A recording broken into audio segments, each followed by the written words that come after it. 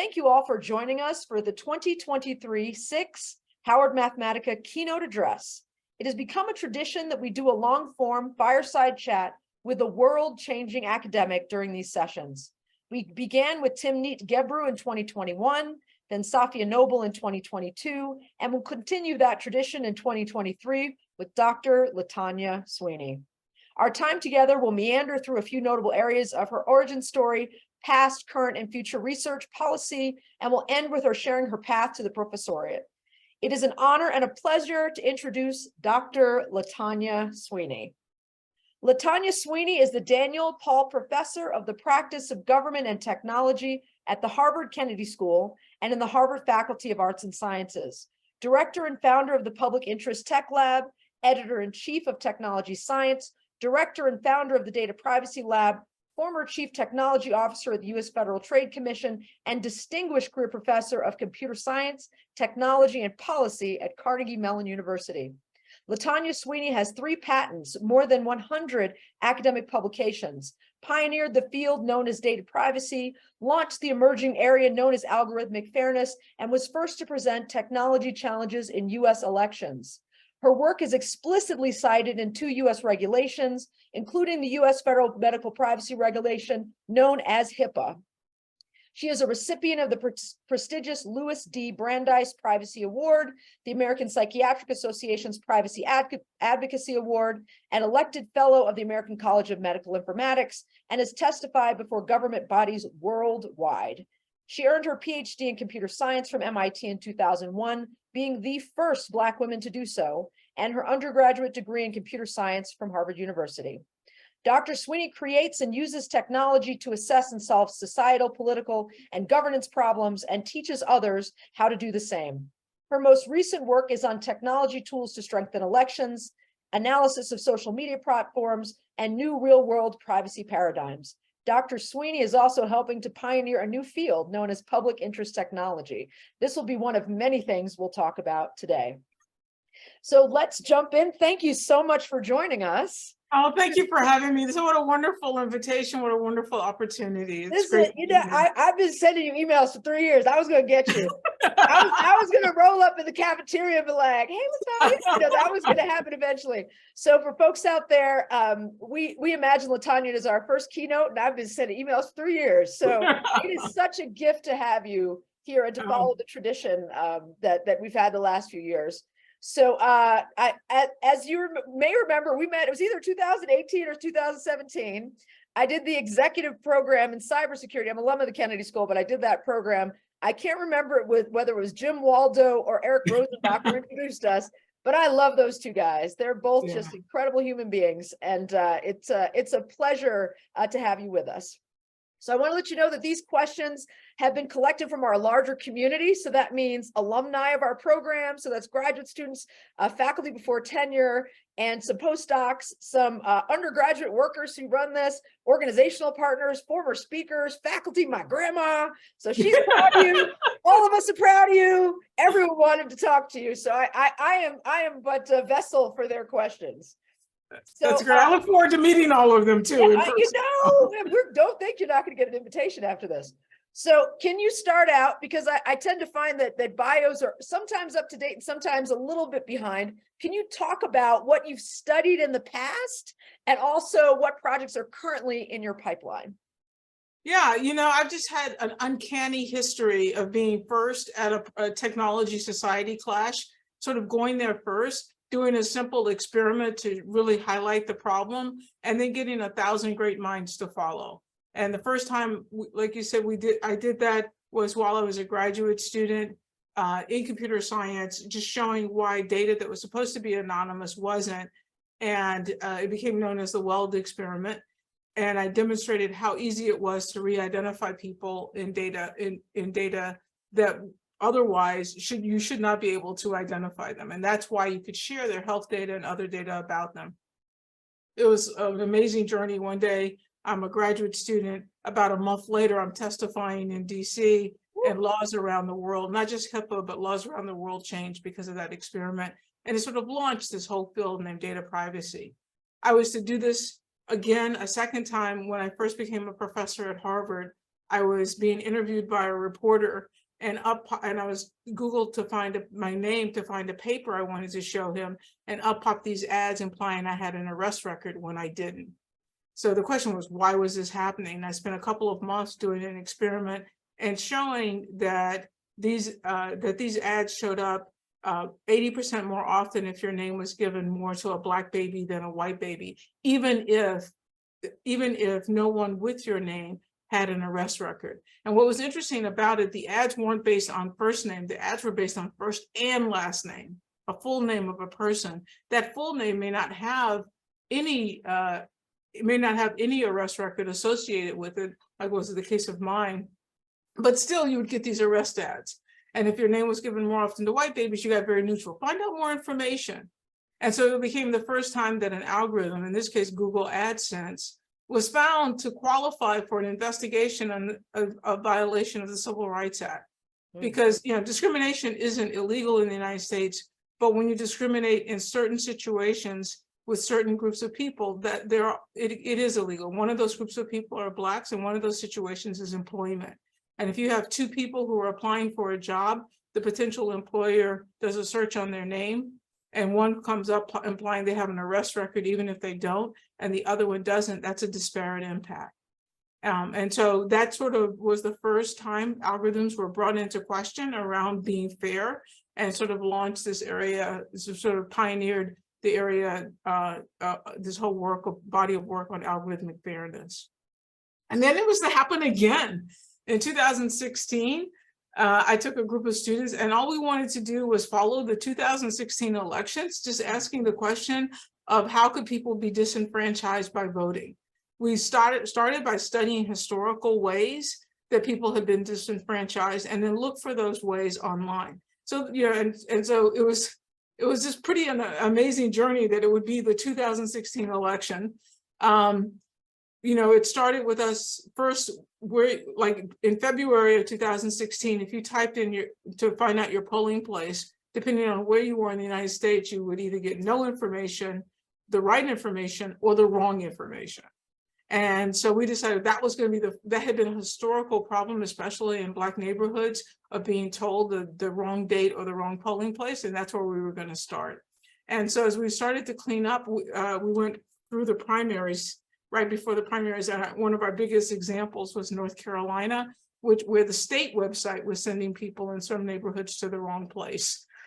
So we got that fixed literally days before the primary, and thanks a lot to the media in North Carolina. They were really helpful in getting the word out as well. And that sort of led us on an amazing trajectory through the 2016 elections. Eventually, we found other problems, and one of the problems we found was how you could shave off some election points.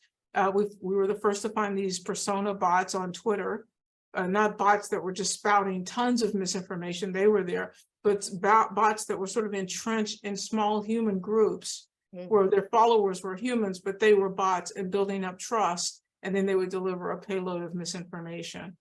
And so that was an incredible journey. That's launched a lot of work around the question of how do we restore democracy, and a whole body of work of ours on how to solve that particular voting problem that was introduced with weaknesses in voter registrations as well.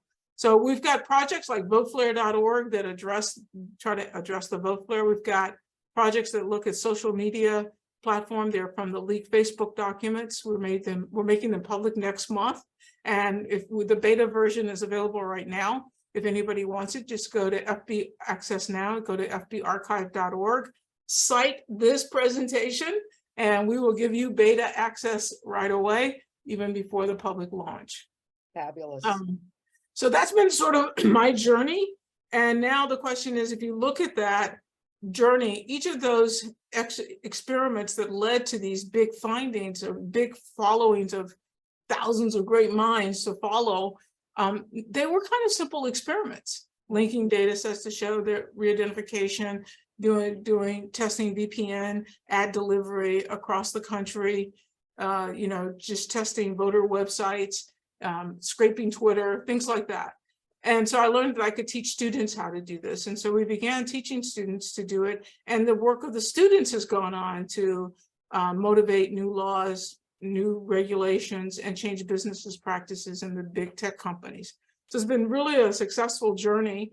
But now the question is, how do we expand that out nationally as the number of technology society classes have dramatically increased? And so that's why we're working with this new movement called the Public Interest Technology University Network to sort of expand this into other areas, including at Howard. Fantastic. So I want to zero in on not just what you're talking about, but how you're talking about it. So I'm just imagining you as a 21-year-old PhD student. I'm assuming you went straight through from undergrad. Which is not true. Really? Not true. Very. Okay, let's start there. What was your? Okay, let's start there. I'm a non-traditional PhD student, so I need to hear this right now. Oh, okay. Well, my heart. So in fact, it's an important journey. I'm a faculty dean at one of the houses at Harvard. The undergraduate program is kind of like Harry Potter land, and they divide the students into these houses, which makes my house Gryffindor. If you follow Harry Potter. But anyway, and one of the most important messages that I always try to deliver to the 400 students in my charge is basically that life isn't determined by age 20.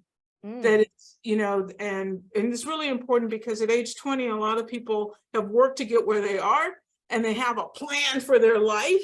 Yes. And of course, no matter what that plan is, I'm sorry, life is not going to be compliant to that. It's just not going to work out.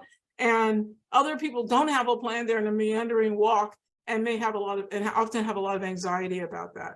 And so the question is that life isn't determined by age 20, that it's a journey, and helping people understand that. And that's one of the lessons I walked away with. When I was an undergraduate, I started my undergraduate career at MIT, actually, in computer science. And at that time, there were no professors of computer science. They were either professors of mathematics or they were professors of electrical engineering. And the field was so young, there really weren't any professors of computer science. And so as a result, it didn't take long for you to know as much as they knew, and even beyond. And back then, the access to computers meant you literally lived in a terminal room, because they had these terminals to be, so literally your whole existence was there. And so if you stayed there day and night programming stuff, building stuff, pushing the limits on things, you were pretty close to the forefront. And so as a result of that, you could tell that it was just, there's this amazing opportunity. This is happening at the same time, just to put it in perspective, is Gates is at Harvard and he's inventing Microsoft, MS-DOS. And, it was just this kind of feverish moment. And so I left college and decided I was going to start a computer company, which I had for 10 years. And we did all kinds of crazy stuff. We just did amazing things. And then when the market shifted and sort of there was a crash, I decided that certainly I was doing amazing things as this Black woman, but I wasn't getting any credit. And like some of the work I was doing, we would get financial benefit from, but we really weren't able to break through in this big way that the work really deserved. And also, or at least I felt it deserved. And and I just didn't have the voice I wanted. So, and I realized part of it I can't change. I'm a Black woman, that's a thing. The other part though. Why change perfection? Yeah, exactly. This is what I'm talking about. That's not even a question. Let me brush the shoulders off for you. Hold on. Yeah. The fact that they don't recognize the beauty of that, or the power of that, or the most amazing aspect of that is their problem. But the part that I could change to improve my voice was to go back and get credentials. And so I went back to Harvard and got my computer science degree. And then from there, then I did go straight through and then went on to MIT's PhD program. So how old were you when you started your PhD program? Oh, good question. I don't know. But so I graduated high school in 1977. Good year. since. Yes. And I had the computer company primarily through the 80s. So with the rise of the personal computer, Wow. that was part of what made the timing seem so perfect, because now computers are going to be available to everyone on people's desktops. And that's why, and there was no software for them. And so it was just an amazing moment. And then I came back to school. I graduated from Harvard in 1995. And then started in the PhD program right from there. You're making me reminisce on my Tandy computer, my Apple IIc. Yeah, exactly. Which I still have. People like throw that away. I'm like, somebody's gonna want to pay me $1 million for me, this computer. Okay. My Bank Street writer and logo discs. You know. I still have an original IBM PC. Really? Yeah, that I've taken apart so students can look into it, play with it, move the drive around, things like that. It's pretty amazing. Oh my God. It's been an amazing journey for sure. And it's one that, so I become a PhD student, and you would think that time was lost. 10 years in business, time was lost. So I played sports. I played varsity sports. Now playing varsity what sports? Well, softball and basketball. You're talking to a soccer player. Okay, well, I feel like sport is such a part of the success story, especially for women, like that teamwork and leadership. And okay, are we still playing? Well, I still exercise a lot. Okay, I was gonna say, I'm sitting here wearing something on my back right now to sit up. There are challenges in the longer term for being an athlete. Let's be honest. Yeah, for real. But it's all beautiful. And one of the and I did actually, while I had the company, I did have the opportunity to take a year to play semi-pro softball, which was very cool. That was a lot of fun. That was a thing. Of course, women athletes today, I pale in comparison. Like, we were never that good. At least in comparison to what we're watching now. Yeah. Oh man, they're awesome. They're just awesome.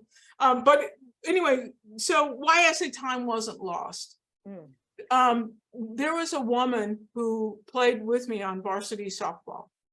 We literally would have graduated MIT at the same time, but I instead left. I go and have this computer company. I had a whole life, a whole business experience for 10 years, which is every day you're in business is an exciting day. There's no such thing as a boring day in business. It's always exciting, and just an incredible journey and ride. And so then I close down, I come back to Harvard, and now I go back to MIT as a graduate student. That woman was a graduate student at MIT when I got there. She had gone straight through, but she had been stuck in a way, if you will, at being a graduate student, which often happens to a lot of people. They spend a lot of time, and there's a lot of reasons for that, during their PhD program. And so as a result, she only graduated with her PhD maybe a year before me. So that was pretty amazing. And I always think about that when you think about time lost. I felt like I had this whole life. I mean, she did too, but it just, on the surface of it, nothing was lost. And then when I come back, to your point, when I come back to school, I have an efficiency that is crazy. Yes. A focus and an efficiency. And it looked like I was going to get my PhD in MIT's shortest time ever, 3 years. And I did that Weld experiment. It becomes a big deal. I started getting started getting professorship offers, even though I hadn't even gone through my qualifiers at the time, because people thought it was my PhD work. And it's just, so no time lost at all. So I want to roll back to a question I was going to ask you before I made the mistake of thinking you went straight through. And again, you and Safia have a similar story about going back later, and it's so inspiring, and I deeply appreciate you sharing that. So I wonder now if the answer to my question is the time spent out in the real world, but there's so many challenges to being the first, and also even more challenges to having vision. What do they say? People either think you're a god or the devil. So when you're like washing in the zeitgeist, like, where does that confidence come from you to to own that. You know, it's just, there's so many things that push us down. How, I mean, in part, you're a Harvard professor, so I'm sure people expect that generally. But where does that come from? That that confidence in that you know, just stay. I was the first, you know. I think somewhere. I have two stories I'll share with you on that. The short answer for me personally, though, is I think at some point you come to grips that you're not going to be like them, and they're not going to accept you on those terms. But it gives you a resilience and strength that you don't need their permission. That, you know, that you're gonna. I mean, you need academia as a boys' club, so you need some level of respect and support. But the level of support that you're going to get, you're not going to get. Let me give you, I'll tell you one of the times I really recognized it. I walked out of the computer science building at MIT, and the AI lab, and I looked in the parking lot, and there was an unusual number of red Saabs. And I thought about that, and I realized that the typical professor in artificial intelligence drove a red Saab, was a white guy, drove a red Saab, had 2 children, and lived in one of 3 suburbs in the Boston area. And when I realized that I'm never going to be like them. I'm never going to drive a red Saab. They even make Saabs. The other parts of it, be the white guy. But it was in that moment that I recognized that they too make a confusion. That you can be like them mentally in the computer science space, but that doesn't mean you have to be like them in these other ways. And the fact that they all had this meant that there was a kind of club-like mentality that said, oh, you're one of us because you're in this space. And I realized that they had that weird kind of bias in their own thinking.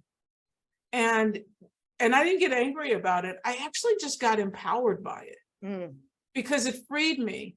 Because I'm like, you know what? I don't have to play by that. I just need to keep my eye on the goal. And that reminds me of the second thing I wanted to share. And there was a book that came out while I was, I had the company. I've been trying to find this book. It got a lot of press when it was first announced, and then you didn't hear about it. A woman had followed the story. I think it was 5 successful black men in their plights. And one of them went on to become the vice president of Sears and Roebuck. And he started out as in the package room, and he worked his way up and so forth. And the author was asked, what's the big theme of this book? What did you find that they all have in common? And her answer was that they kept their eye on the focus of what they needed to do to be successful. And they didn't get caught up in the unfairness of all the things around them. And I do think there's just been so many times it's been an incredible guiding light for me that this is what I'm after. And I'm just not going to get caught up in your nonsense. I'm not going to get caught up in your unfairness. I'm not getting caught up because you don't appreciate it. I'll find, and God just sends me these wonderful people now and then that do appreciate it. Yes. And they exalt me to the next level, and I just keep going. That's incredible. I want to know about how you chose computer science, because like you said, it was such an emergent field at the time that there's a risk in making that decision. You know, and I'll tell you, when I was sitting there playing with my little Apple IIc, it never occurred to me that I could make a life out of that. Like, I wonder if someone would, have you heard of computer science? You know, have you heard of engineering? You know, and I came from a community where those conversations were happening, but it just never occurred to me. How did you find your way to your field? What made you want to study computer science? So my story, I think, of that arc starts when I was 6 years old. When I was raised by my great-grandparents. And just think about that for a minute. They were born in 1899 and 1900, which is kind of an amazing arc of history in our household. Goodness. But so I was raised by them, and I just loved math. I just loved it. I mean, I just excelled in it. My uncle had gone to college, and he left all of his college books there, and I just absorbed the calculus books and just really loved math. And they never understood it, but they always supported it, you know? And Where did you grow up? in Nashville, Tennessee. Hmm? And they passed when I was a teenager. Both they died within a year of each other.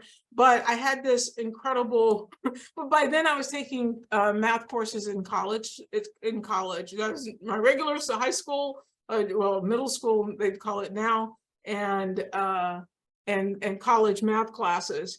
And so even though they passed, I got this incredible opportunity to go to a boarding school in Wellesley, Massachusetts. So I go to the boarding school, and I've already surpassed almost all of their math classes. And so they enrolled me in math classes at nearby Wellesley College.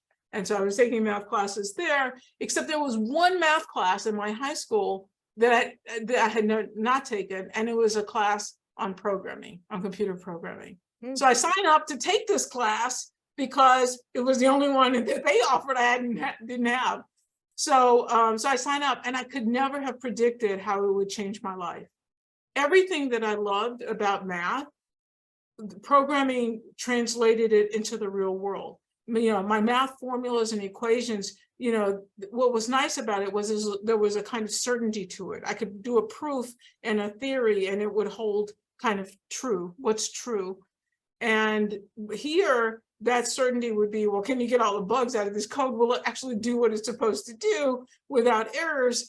And instead of proofs, all of a sudden I could do things in the real world that had meaning to people's real lives. And so everything at my school, I wrote programs for, whether it was conjugating verbs in Latin to— Oh, you took Latin too? to early forms of computer art to, I mean, I wrote programs for everything. It was just amazing. And in that moment, I knew exactly computer science was for me. And that became my pursuit. And so from there, I went to MIT, and then the rest we've talked about in terms of how I matriculated. Oh my gosh. This is fantastic. So from there, how did you know you wanted to lead a life of the mind? What made you decide to sort of get on that path to becoming a professor? And I also have to ask the policy question too, because of course you have had many hats.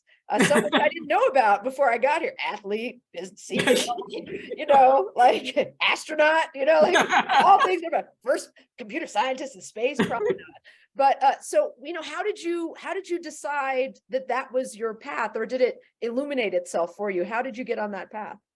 I think it became really clear when I had the computer company, and I was doing just such amazing things with this, you know, it just seemed like I could get a computer to do anything I wanted.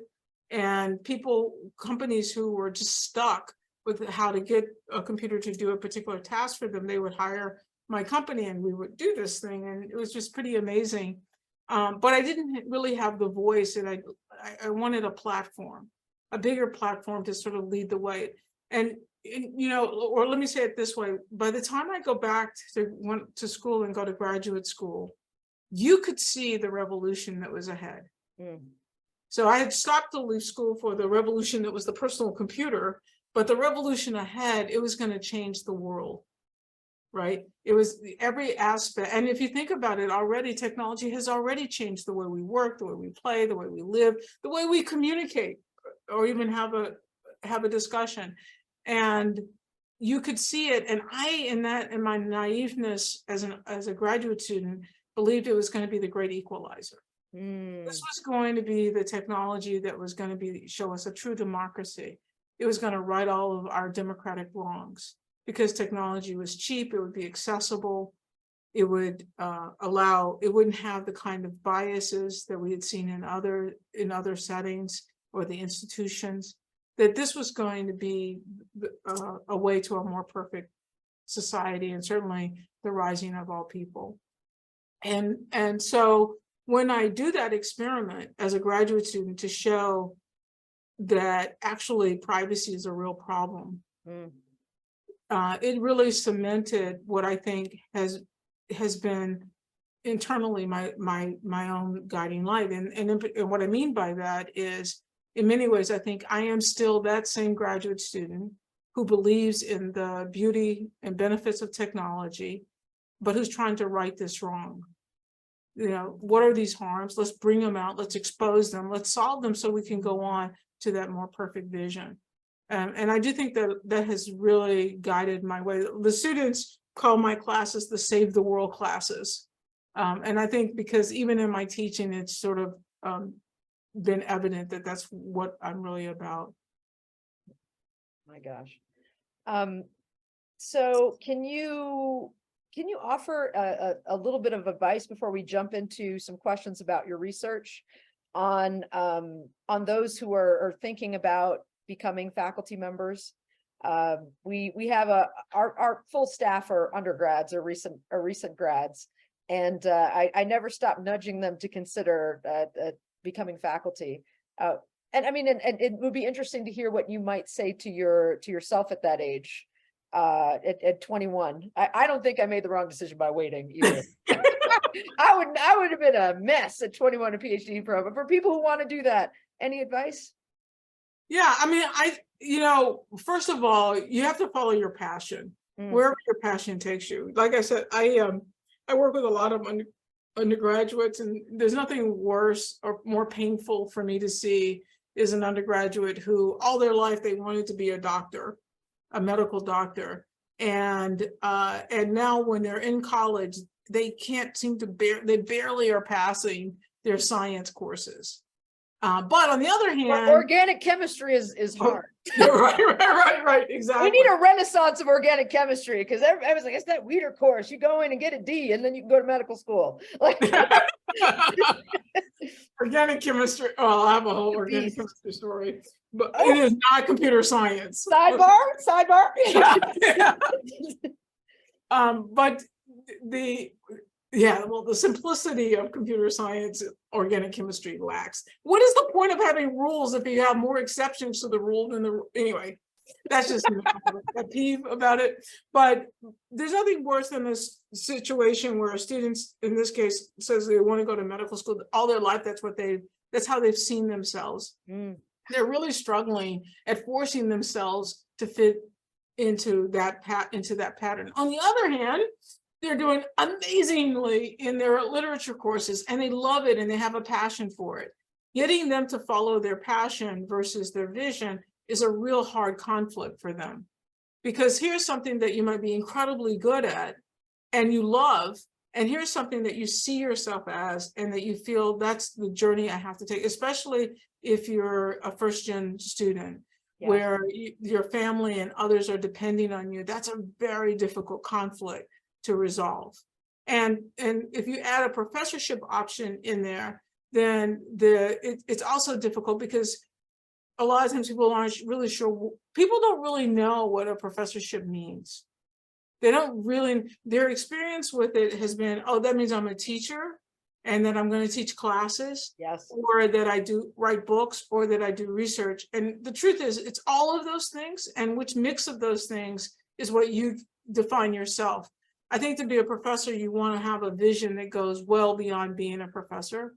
Like, why are you there? If you're there to change the minds of students, i.e. really embrace the teaching aspect, then you need to know that that's why you're going to be a professor. If you're there because you want to change, in my case, you want to change the world through the research that you do and the teaching that you do and so forth, then that's why you would want to be a professor, because it gives you the opportunity to stand on a pedestal. It gives you an opportunity to look truth to power. It's a way to do that I wouldn't have available if I was, say, working in a big company or even working in the government. And so I don't know if I answered your question. But... No, you did. No, you did. And you opened up another question. I'm looking at these research questions. I'm like, oh, we'll get there. So I think one of the black boxes that a lot of us who are graduate students can't see into with faculty is how you spend your time. So how do you think about the construction of your time and being efficient and prioritizing the things that matter? And I love having this conversation with faculty because it's so different for everybody. Exactly. I was just getting ready to say. Yeah. Any two faculty members are going to give you two very different answers, right? And it has to do with being a professor, like I said, is a multidimensional space in which you get to position yourself of where you want to sit, where it feels comfortable to you, what led you to it, and the opportunities around you. And so where that space is will determine a lot. There are colleagues of mine who their goal is to write books. Mm-hmm. And so for them, their formula of time, it looks really all the same. They primarily teach during the year, get their notes together or polishing off a book during the school year. And then their summer is spent going to some of them going to some exotic place. Yes, very exotic. Yeah. And there are so many exotic places that are only available to academics, actually. Mm-hmm. There are scholar apartments in some of the most amazing hotels and cruise lines and things like that. And so there's just, so for their lives are really interesting and amazing. And then they write a book, and then they go on a book talk, and then they start that cycle over again. And so that's one kind of life. That's not my life, but that's one kind of life. The researcher who's trying to come up with a new invention or trying to solve a particular problem and so forth is really passionate about the research and the relationships that they have in their lab with their students and with the staff, research staff that they hire, as they're really trying to pioneer a new area, maybe leave a mark in history for being known for or contributing in a particular way. That drives them passionately. And that seems to, when they wake up in the morning to the time they go to bed, that's really what they're pushing towards. And, you know, in all of these lives, there's, I'm describing, and I could go on and on with other models, but in all of these lives, most professors do have a passion, and they found a way to do that passion and get paid for it. But it is their passion that drives them. And it drives their time, and it drives what they want to do and how they're going to do it. And the most uncertain part of being a professor is those early years, when you've got to go through the ranks, because sometimes your passion and what it takes to go through the ranks diverge. Yes, yeah. And it makes for a tremendous stressful period. But if you can get through that period to the senior level, it's like, this is why I came. You sort of should feel. Wonderful.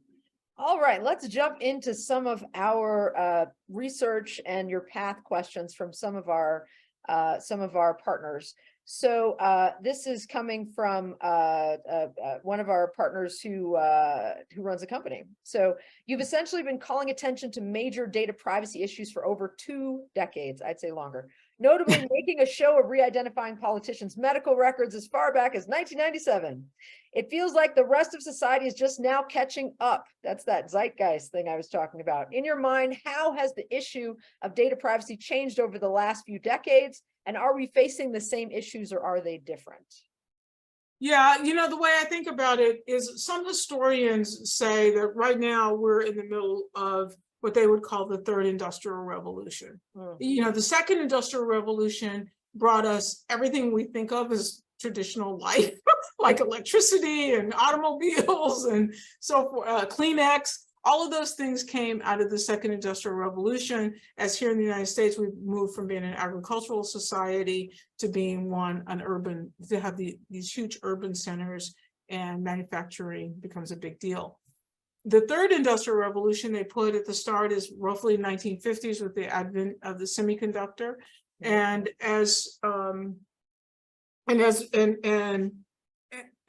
you know, and then the digital technology revolution is kind of a revolution within a revolution. And then we've seen the Internet of Things. It was its own revolution. And then we've seen, and now we're coming on to another revolution within this bigger revolution, which is AI. And as we think about this, we have no idea when this revolution is going to end. When I look at my own work, it seems to look at privacy and the work on the pioneering of data privacy was the first major clash, the first major technology society clash in this industrial revolution. The next one was actually algorithmic fairness.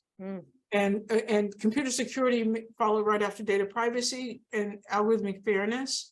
And then after algorithmic fairness has been issues around democracy, social media, and democracy and so forth, and AI. And I've had just this uncanny ability to be early at these sites, to be launched an experiment that sheds light on it. But the truth is, in data privacy, while 1,000 great minds have come to that very first clash that I illuminate, the issues have not been solved. We've come a long way, but for the most part, society hasn't solved even the first clash in this revolution. And right now, many times I say we don't live in a democracy anymore. I say we live in a technocracy, meaning a society in which the rules of technology dictate how we live. And so if we're to restore ourselves to a democracy, to the principles that people fought for, lived for, died for, if we are to do that, we have to learn how to solve these clashes. And if privacy was the first clash, and our inability to solve it, our inability to get grips, to get our mind around it, to get our commitment around it, does not bode well for what our future will look like. So let's spend a little time talking about surveillance capitalism, brought to the forefront or made more popular by your colleague Shoshana Zuboff. So that's the mining, aggregation, reselling, and reuse of personal data. What do you feel are the best tools or approaches we have as a society to counteract these trends? And what are the best tools or approaches we have as computer scientists? Well, so there's no putting that genie back in the bottle, because in fact, the whole AI revolution, and certainly by the time we get to ChatGPT, is a benefactor of the incredible use of our data assembled by massive repositories and then just used without our permission, without our knowledge, and so forth. And then the money issue, when I think of surveillance capitalism, it's not just that the data gets collected about us, used, and so forth, but that it's monetized. And so there are two big aspects around this issue of monetization. One issue of monetization is the realization that something like Facebook or social media, we are not their customers, we are their product. Their customers are advertisers, because that's where they make their money. And in order to get advertising dollars, they need our eyeballs focused on their platform. And this creates an interesting issue when you start to look at miscommunication, polarization, and so forth. That one way to keep people glued to these social media platforms is creating chaos and misinformation, giving people that view that here's something that's true that you always thought was true, and sort of justifying it or justifying a feeling, even if it's baseless. And they make more money the more you stay there. And so it just creates this real odd incentive structure where they aren't as interested, or they may have a financial problem if they try to clamp down too much on misinformation and sensational information. It's one of the things that jumps out at you when you look at the leaked Facebook documents that we're making public, is you realize, and it's not just about Facebook, it's about all of them. So one issue on the advertising ecosystem is this amazing this amazing realization that they're selling us, they're selling our eyeballs, they're selling us to advertisers. And the second part of it is they're not only selling us our eyeballs to advertisers, the advertisers are manipulating us too, because they can know so much about us. You just went to that, so one of the things the students can't stand is they will make an order at a restaurant, they'll go pick up the order, and then they'll see ads for the same kind of food on other social media platforms. And how all of a sudden you live in a little bubble, a bubble that's defined not by, oh, there's these restaurants out there that you might be interested in, but that because you were interested in that, this is all you are. This is who you are. And these are the only opportunities that are going to be made available to you. And so that's a real problem. I had a research assistant at GCU who's at Berkeley, She likes Beyonce. She's an Asian American. She likes Beyonce. I mean, who So doesn't like Beyonce? Yeah. So on her Facebook page, and Facebook, it was really clear that she liked Beyonce. So then the only ads she could get were ads for hair products that don't apply to her, right? And lots of other things that, and she had no way of saying, but I like Beyonce, but this other stuff is not really for me. And there's no way to say that. And all of a sudden that Facebook account became a environment that has decided who she was and what she would see. And so other things that other Asian American friends of hers were saying, she would never see, for example. And so it really underscores how this notion of surveillance, data surveillance, is used against us. I could go on and cite other ones, but I want to be a little more positive about what might we do. I think the way to think about it is to realize that data is its own economy, and that we need a data governance model. And that in some ways, the issues that we talk about in privacy aren't really just limited to privacy. It's all about, how do I get to control who knows what about me? How do I get to decide I want an influx of general knowledge, not just the things that some algorithm has honed in about me. And I need to also own my own data, a copy of my own data, so I can do with it to live my life better. And so there are new platforms emerging that are trying to accomplish these things. We'll see if they catch on. We have one called My Data Can. We'll see if they catch on, and if they really offer new way of thinking about data ownership and data governance. I'm sort of torn in which direction to go. I've got Facebook whistleblower, I've got ChatGPT, but I think I'm going to go back to your vision and the uniqueness of your vision. So you've had a career that spans work in government, the private sector, academia. You're like a scholar athlete also. I'm going to keep throwing that out there. Why have you chosen to work within the academy specifically? And what are the unique benefits of being a technologist inside of a university? And how does that affect the way that you do what you do? Yeah, so for me, the only place to do what I do is through the academy, because it gives me the freedom of voice, right? The minute, I have had crazy money offers from the big tech companies, just crazy money, that sometimes when I look at my checkbook, I think about it's like, well, but it's, like I said, in many ways, I'm still that graduate student who's really trying to right the wrongs of technology so society can get the benefits of it. And that can't be done. Once I know that can't be done within government, it can't be done within large institutions. It could really only have a chance if I have an independent voice and a platform to stand on to demonstrate that, to give, to project that voice. So we're in an age where a vast majority of the technical infrastructure and research is happening in industry. So what's the role of government in building and deploying technology to the public? What are your thoughts about technology as a digital public infrastructure? And then I'll add a 3, because why not make it triple barreled? Also, can you talk a little bit about partnering with industry? So I think there are a lot of us in the burgeoning field of computational social science who are like, it'd be great to work with Facebook, but no, all the reasons that we all know, but I won't say out loud.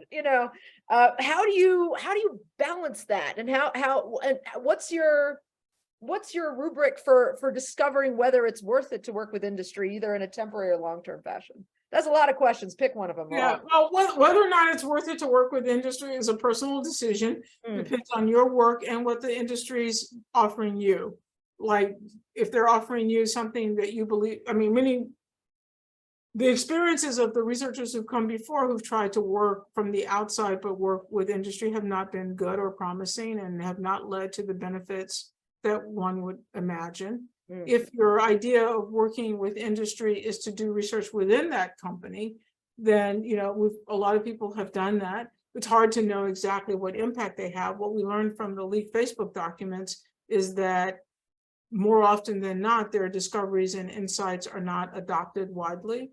But that might be because research alone isn't what drives industry, right? Research discoveries alone are not what drives industry. What drives industry is also, I have to take that new discovery and I have to put it in a way that makes money. I have to put it in a business case. And putting something in a business case is not as easy as it might sound. That's its own kind of work too. And so working from a research standpoint, working within industry may not be as rewarding as working on the outside, because you, on the one hand, yes, you get access to data and insights, but you don't get free voice to talk about them. And you don't have the control to make it actually used within even the industry you're working in. So that it's a limitation issue. But, you know, having said that, some of my colleagues have gone, they make crazy money in industry, and they like it because they feel, even though they may be limited in what they can say outside, they have an insight in a space that their colleagues in academia don't. And this disparity is incredibly important as we move into the AI revolution. So there will just, right now, if things don't change, the future of huge bodies of research are off limits to academia. You just can't do it.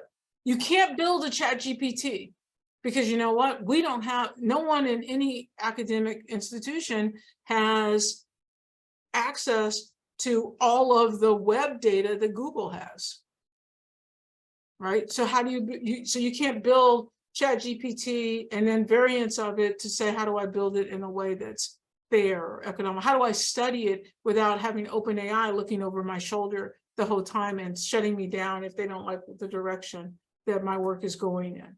And so, so that's the crisis that we're in right now, is how do we free the data in a way that others can use it? So whether we free it through individuals getting a copy of their data and they make decisions about how their data is going to be used that my data can't approach, or whether we, you know, or whether or not policy can be motivated in this moment to actually make a change. That's a question on the table. We'll have to see if that is possible. So I want to, I'm ChatGPT or Facebook. We're going to go Facebook. Okay. We'll come back around to ChatGPT. So let's, I have a particular interest in the whistleblower work that you do. I came to grad school with an interest in studying whistleblowers and then ended up pivoting to privacy a little bit. Oh, wow. They're so connected. You and I have a lot in common. Yeah. It's such a treat. So let's talk about your lab at Harvard working with a particular whistleblower. Facebook, is it Francis, is it pronounced Haugen? Yeah, Francis Haugen. Francis Haugen, to release the Facebook Archive, an online collection of internal Facebook documents that put light on how the tech giant manipulates user behavior, has mismanaged disinformation campaigns, among other issues.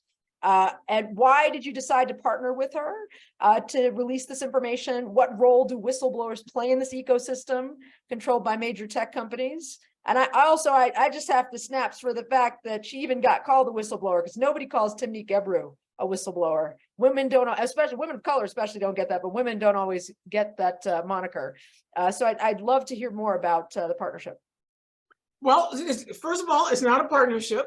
So what happened, I have an anonymous drop that has been, ever since my data privacy started with data privacy, I always maintain an anonymous drop, and all kinds of crazy stuff have come through there. And during the Trump years, really crazy stuff came through there. And one day these documents appear in the anonymous drop. And we had to confirm, first of all, were they the same documents that had been leaked by the whistleblower? And it turned out that they were. And so we were able to confirm through her attorneys that they were the same documents. And so then the question was, you know, three different questions came up. The first question came up was, there had already been some news stories coming out about them. Was there anything new in the documents beyond what the news stories had? Was there any utility to it? A second big question was, what would it take to make them public in a responsible way? You know, there's privacy issues, there's safety issues. How do we address those? And then the third one was, you know, what does it mean to be a whistleblower?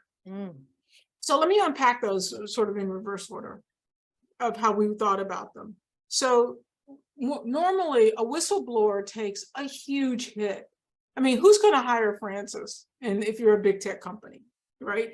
So that's one problem. Two, you make these documents available. Journalists have a very short time window to get the lowest hanging fruit, to make a sensation, and then they don't want to talk about it anymore. No matter how big the sensation is, or how important the message is or content, they take the lowest hanging fruit, they write about it, and they go on. And their journalist cycle is over. And that just seems like a really weird mismatch. That this person just sacrificed a whole lot for the rest of their lives for a few little articles that you scratched the surface. We received over 1,000 documents. And in those 1,000 documents were 20,000 images that she had taken. And the articles that appeared were roughly around 5 documents. That's crazy, right? Now, part of it is that journalists can't really make better use of it. So let me explain. The way she did this was she did not pull up a document, copy it to a disk, and then say, here are the documents. That turns out to be illegal. That's theft. But the way the law works, on the other hand, if she shows a screen and she takes her phone and photographs what was on the screen with her phone, then that's a different story, right? And so that's what she did. She would photograph a document, she'd scroll it up, she'd photograph a document, she'd scroll it up, and she did that 20,000 times. And it's not what is it, two-party consent, because these are things that are sort of publicly posted, or? Well, they're not publicly posted. They're available to her solely because she's an employee. Because she was behind that. She was the head of the Civic Integrity Unit. And so she's seeing these documents and these discussion threads, which I find the most amazing. And she's just photographing them. Wow. So if you're a journalist, these are really hard to work with because you can't search them. And all you're seeing are photographs of text. You don't even get to, like, it's not even that easy to read. Like sometimes, she's at one angle, sometimes she's rotated around this way. Sometimes the glare off the screen, it makes it hard to see or understand. And so there is a usability issue, right, in these documents. And then some of the images, a lot of the, if Mark Zuckerberg is one of the people writing and the chatting about content, then we all need to know that, what he said, or what he, or Sheryl Sandberg may have said. But if, on the other hand, it's somebody one of our students who just went off and got a job at Facebook, and they're saying something which may or may not be okay in the long run when they wish they hadn't said it, or maybe they are okay with they saying it, but they shouldn't be penalized for the rest of their lives because they said it when they don't really have control over that setting. And so it brought up a lot of privacy issue. The documents, there are around 85 countries in those documents. There's a lot of, almost every major conflict in the United States is represented in those documents because Facebook was either a party to it, maybe exasperated it, or its moderation was so ineffective as to advantage one side versus the other. And all of that is in those documents. Well, that's really important to know. And so these questions around utility and privacy, we had to convince ourselves, first of all, that there was enough there to make the pursuit worth it. And so we took about almost 100 students and we had them go through the documents with different kinds of eyes to answer questions for us to figure out whether or not it was worthwhile to take the pursuit. And so we decided, yeah, there's a lot there. I mean, we haven't studied them. We didn't study them at that moment. We just wanted to, we made the commitment that we would make them searchable, make them easily accessed, solve all the privacy issues, and so forth. And we did that. And of course, Meta's lawyers contacted us right away as soon as they heard about it. And so we took the position, the same that we would do in data privacy or security if we find a vulnerability, and that is near the time we're ready to make it public, we'll let you know, and we'll give you the opportunity to see it. And you can propose redactions, but we'll decide whether or not we take the redactions and we don't feel accountable to you. And so that was the deal that Harvard's attorneys made with Meta's attorneys. And they did that. They finished they had a week and a half to review all of the documents in their redacted form, the way they are on the beta platform. And that's what's on the beta, and that's what will be in the public. We just have to add, we're going to add a few more features.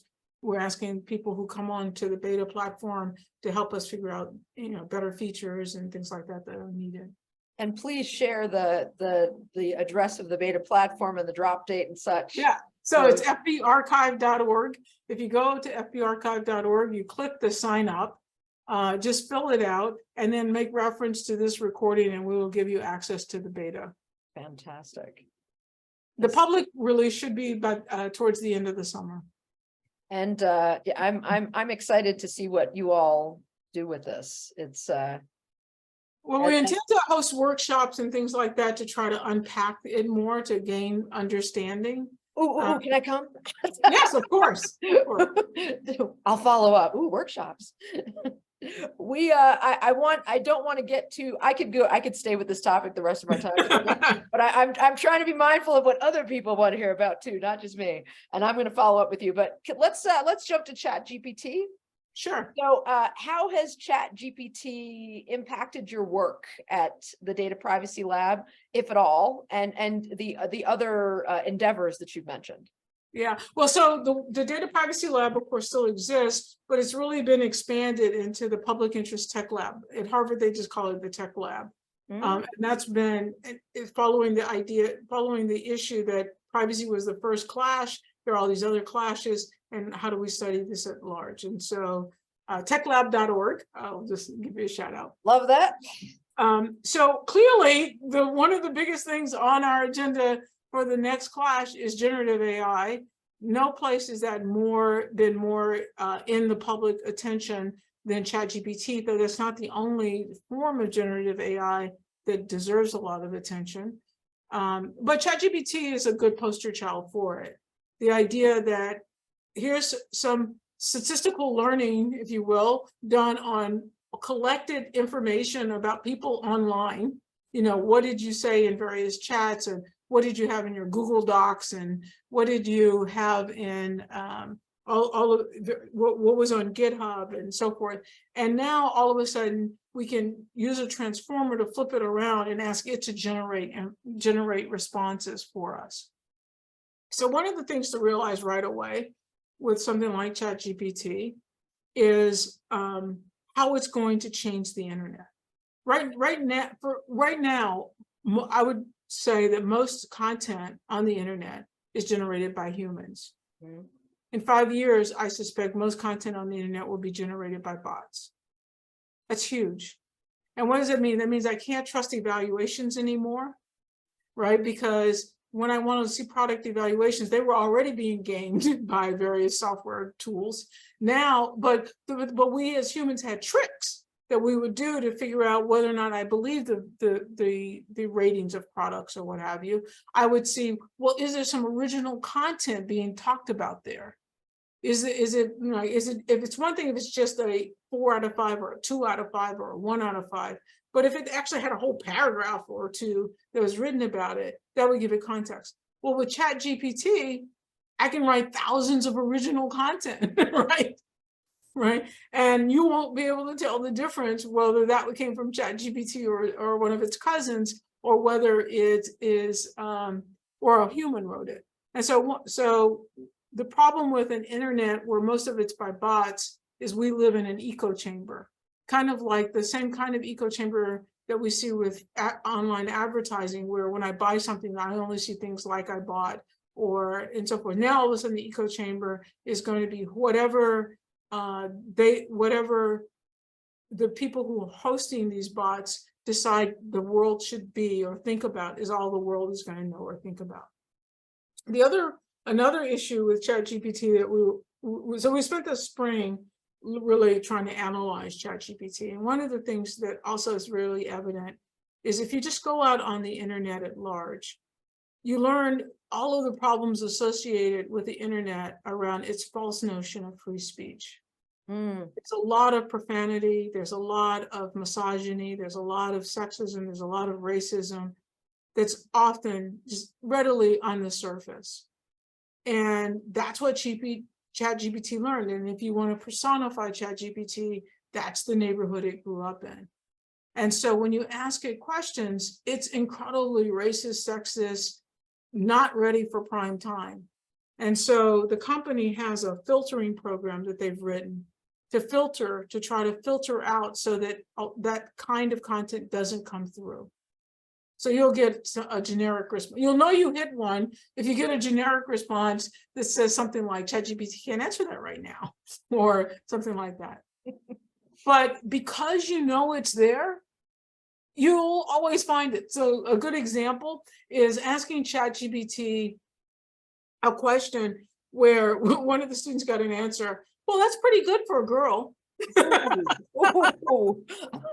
So, for example, you know, and so you still get the kinds of rhetoric that you would hear that exposes those biases in its content. And then another aspect is you can't believe anything ChatGPT says. And so for example, there are a host of health issues that if you ask ChatGPT about, you get really good advice. But there are this other set of health issues that you might be told to drink bleach, right? Ooh. So, because that was a thing running around, you know, on the internet. And so as a result, ChatGPT has no idea which one is the truth. So you're likely to get something totally made up. And then sometimes ChatGPT just makes up stuff. So I'll give you an example. One student told ChatGPT, write a research paper about Latanya Sweeney. That's all, that was the entire prompt, write a research paper. And ChatGPT generated a complete research paper with title, a survey that was done that never happened. It never happened. It has references and the references aren't real, but it reads like something that's real. It's crazy, right? So we have a couple student questions that build on what you just brought. Well, actually, one of them builds on something you said earlier about when you Googled yourself. So we had a participant last summer from Turkey, Rumeysa, and her question is, after watching your video on how technology dictates our lives, I Googled my name and no surprise, almost all Rumeysa images are wearing headscarves. But I noticed that recently Rumeysa Kadık was elected as a member of parliament. Thus, actually, most of the images belong to her. Can we say that when members of disadvantaged group become famous, the bias algorithms are strengthened and create much more adverse effects, or no? Well, yes. So the counts of popularity are going to be on what's more, what I see more of. So this observation, there's an interesting way of thinking about the observation that was just made. Mm-hmm. One way to think about it is, who does ChatGPT think I am? Or what does the internet, you know, what are the images that the internet's going to portray, are totally determined by the number of occurrences of those images online and the popularity of those images online. And so there are many Black names for which the search that you see are people in orange jumpsuits, even though there are people with that name who are incredible role models that we would like to see up there, higher up. And we don't get to control for that, right? An algorithm's controlling for that. And we don't really have a lot of say. So it goes two ways.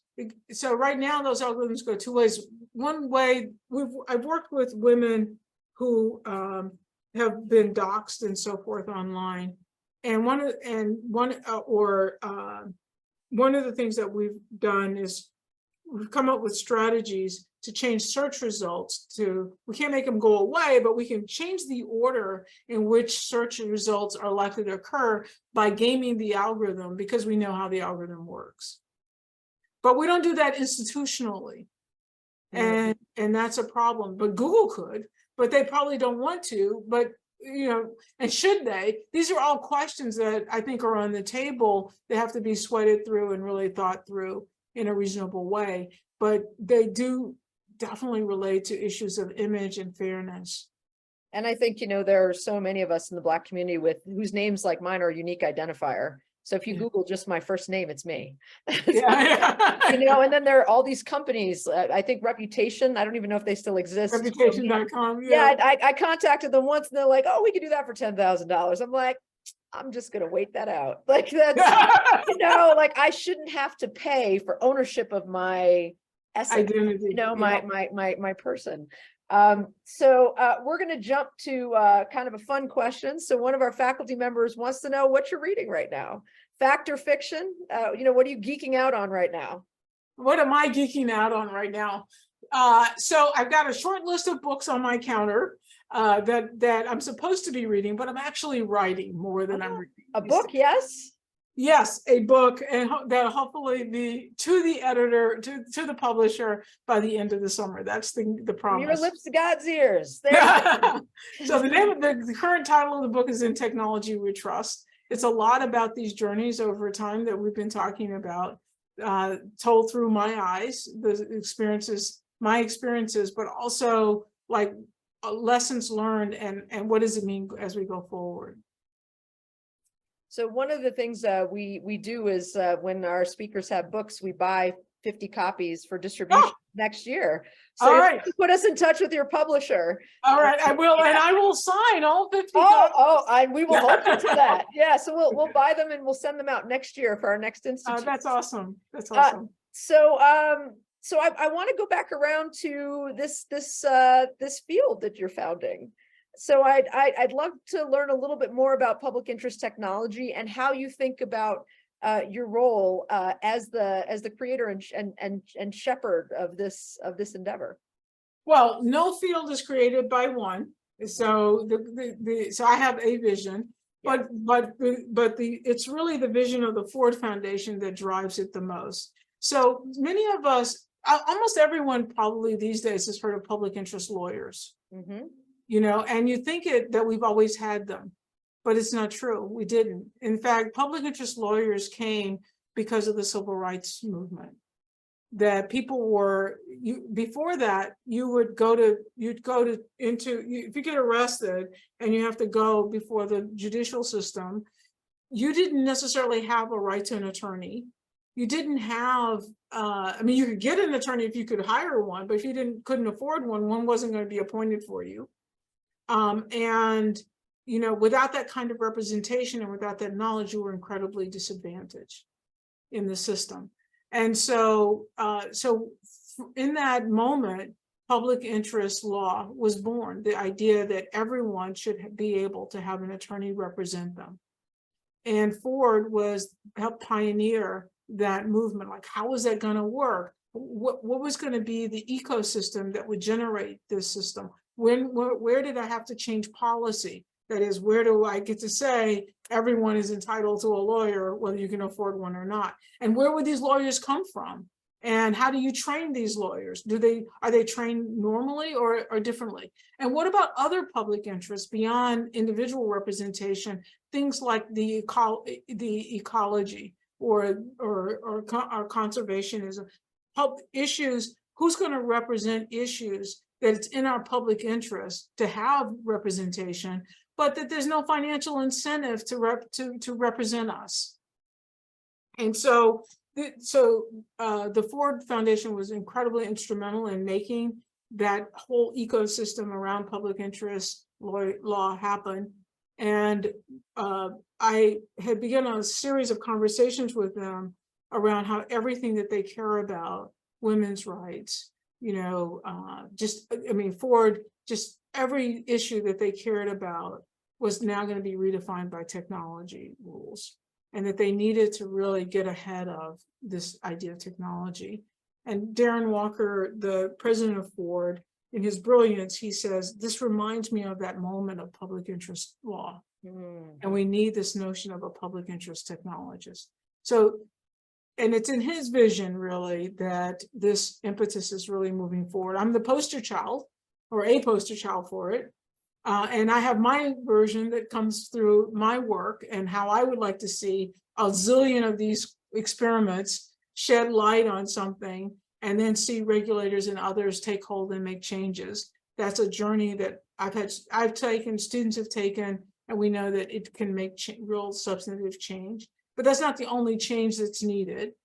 And so there are 80 universities whose presidents and provosts have committed themselves to helping take this journey.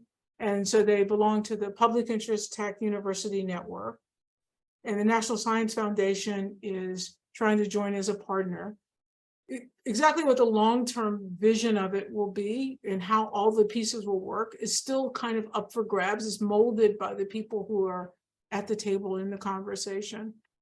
But we're happy that we're the first lab, the Public Interest Tech Lab at Harvard is the first one to say this is what one version looks like. That's incredible.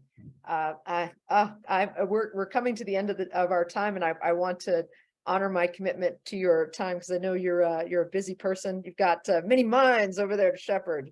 Well, thank you, and let me know when a visit where I can actually say hi to people in person happens. I would be happy to do that. Yeah, no, we're going to surprise them and have you just show up. Surprise! That's Thank great. you. I'll follow up by email today, but thank you so much for your time. Thank you all for watching. For more information on SICSS-Howard Mathematica, visit our website, follow us on social media, and join our email list.